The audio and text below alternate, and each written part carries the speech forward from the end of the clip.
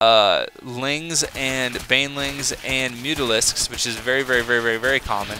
And okay, now these destructible rocks being taken out, but let's look at the, is it army tab? There we go.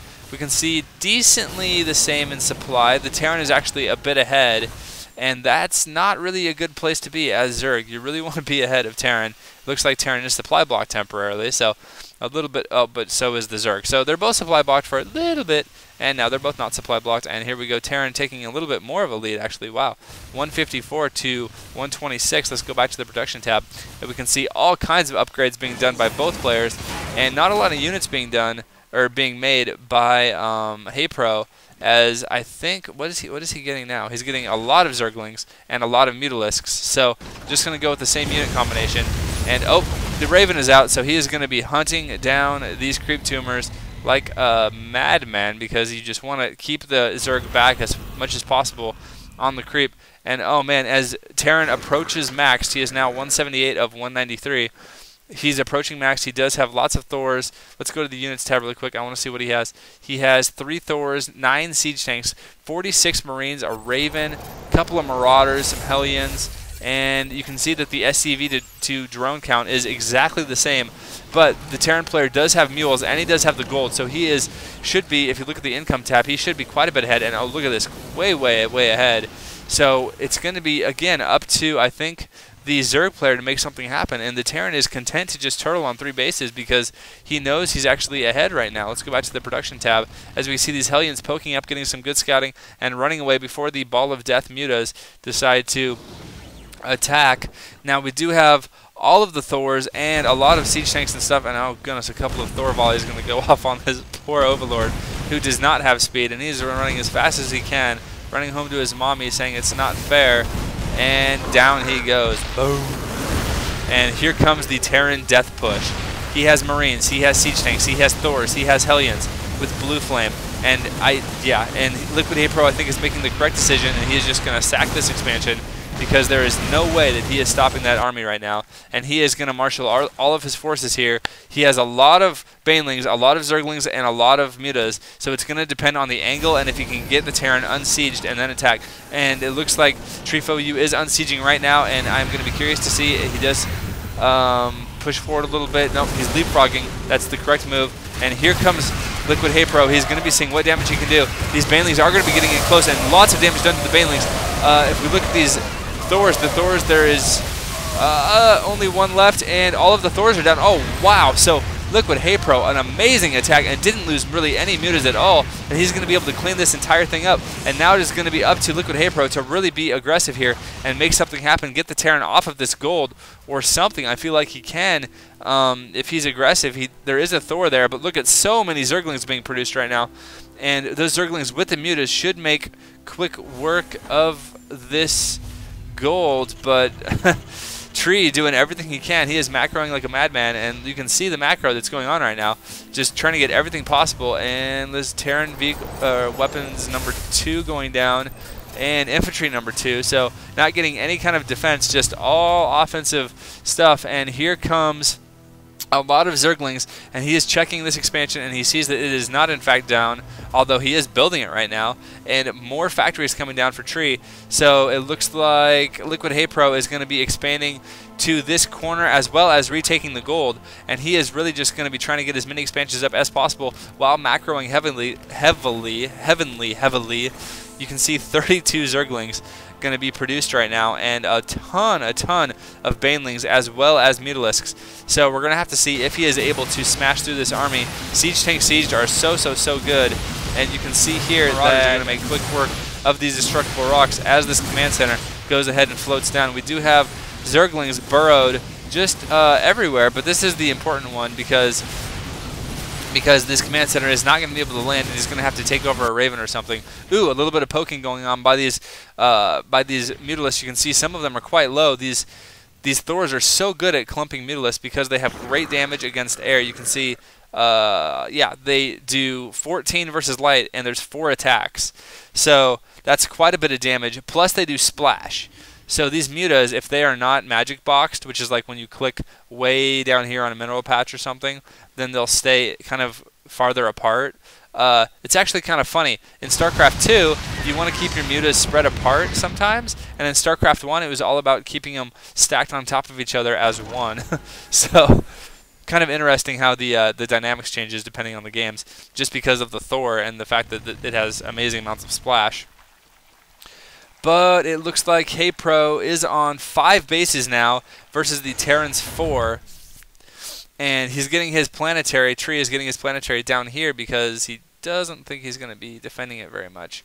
Getting tons and tons of turrets, and by tons I mean 2, and the third one going down right now, because there just are so many Mutalisks for HayPro. He also is getting now roaches. I think that's a good choice. He needs kind of a meteor unit to go along with his Zerglings and Banelings and Mutas. So really, really good. And it looks like he is maxed at this point. LiquidHaypro is. And if we look at the Terran, he is maxed as well.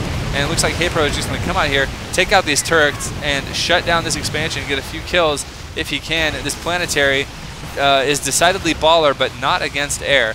And this is going to be Tree's cue to go ahead and move. He knows where all of the mutas are, and so he's going to move in here and attempt to take down this gold base again. You can hear the siege tank sieging up, and there's a lot of Marauders and Marines and Thors now, and this gold expansion is going to go down so fast. Meanwhile, though, LiquidHaypro was able to take out the Terran expansion here, so he just traded the expansion for expansion. And he is an expansion up right now, so that's okay. And also, the Terran his gold is drying up, so he is really going to not have any money at all. So that was a bigger deal than I thought, taking out that expansion. That's really his only expansion that's mining right now. And you can see he's not really making any more units. So HayPro is going to, as long as he can survive this attack right here, and here he goes, nice concave, and down it goes, and looks like the Banelings are going to be doing lots and lots of damage as they come in. If HayPro can do enough damage here, I think he'll be able to win, because the Terran does not have a mining base. And look at that. It looks like it's going to be fairly close, but LiquidHaypro does end up winning. Drones and everything getting on the action. And I don't think that the Terran is going to be able to recover from that, seeing as how he has no income at all. It looks like HayPro does have 132 supply over the 95 supply of the Terran player, Tree. So he is ahead in supply. He is ahead in bases. He actually has bases mining. It looks like some damage was done here to this base, and a lot of drones were killed. But he does have one base and a second base that's not really saturated, but he does have 2 bases up that he can mine from, versus the pretty much totally mined out base at the gold. The natural is almost mined out. He's long distance mining from his main, and yep, because he's floating his command center down here and going to try to retake this base.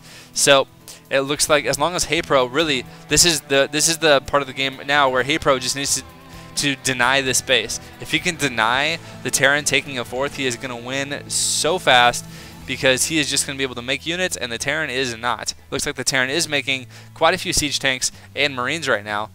And HayPro looks like he is at 148 supply versus the 114 supply of the Terran, who has tons of gas but no minerals. And he is going to be putting on lots of pressure and forcing the stem, and just going to run away, and it's going to snipe the Raven and run away again. So forced the stem, got the Raven, did some damage to these orbital commands, and here comes the missile turrets being put down again, and long distance mining here. The Terran is desperate to get up a 4th, and he really needs to get a mining base up. So LiquidHaypro, as long as he can, there we go, killing some SCVs there. As long as he can deny this 4th, that's going to be so huge. Looks like Blue Flame Hellions coming in. The burrow on the drones, very sexy, keeping all those drones alive. And it looks like HayPro now is at 156, and he's killing things. I don't know what those were, but he killed them. Good for you. He just needs to overwhelm this 4th. And if he can attack now, before these siege tanks get into position, oh man, if he needs to attack right now, there's a little window, and he is going to hit it. And if he can take out this, the siege tanks are getting sieged, he makes him lift at least, and so these are all going to have to long distance mine again. He does end up landing it right away. Oh, this is really what it comes down to now. LiquidHaypro just needs to attack and kill this, and siege tanks doing tons of damage, but the Banelings are getting closer and closer, and the siege tanks are going to go down. He does have more siege tanks up here, and he is going to try to hold this ramp as much as possible, but these mutas are going to be focusing down this orbital, and this orbital goes down. I do feel that is going to be game, and oh man, this orbital just barely hanging on.